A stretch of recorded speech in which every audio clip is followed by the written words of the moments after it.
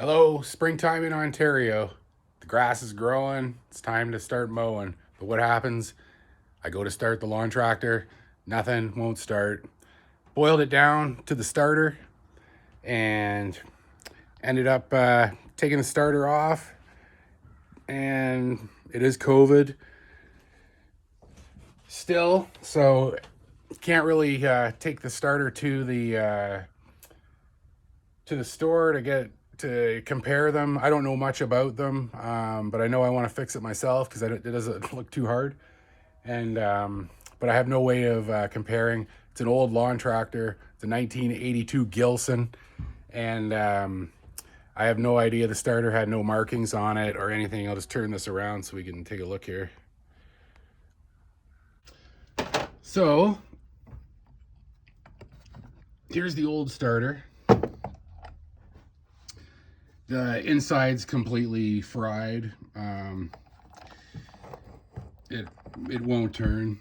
And but when I Google searched the internet, how to decide what starter you can order, because I can't really go out and compare them, and ended up getting nowhere.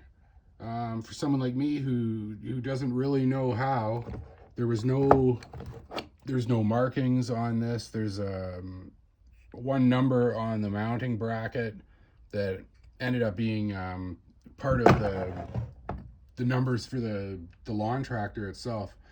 But just quickly, what I ended up figuring out is you can check the specs on the starter. Now you're gonna have different starters mount different ways, so there's only a few different kinds of mounts. You want to get the mount right, so so the gear lines up with your with the flywheel. So it has to be the right mount, and that's pretty easy to look at in the pictures to see. But they have different teeth, and some of them have different voltages and they're different sizes.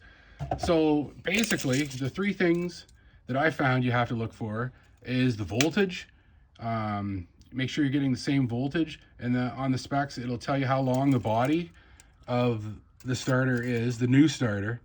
And the one that I ordered was 4¼ inches, and this one, if it was together, if I could get it back together, it would be 4¼ inches. So that's the length. That's okay.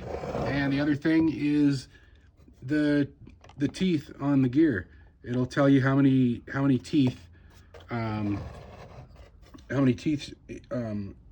is on the new one, and so you just count. I got a 16 tooth, so 1, 2, 3, 4, 5, 6, 7, round to 16, and that's basically how I knew what to order.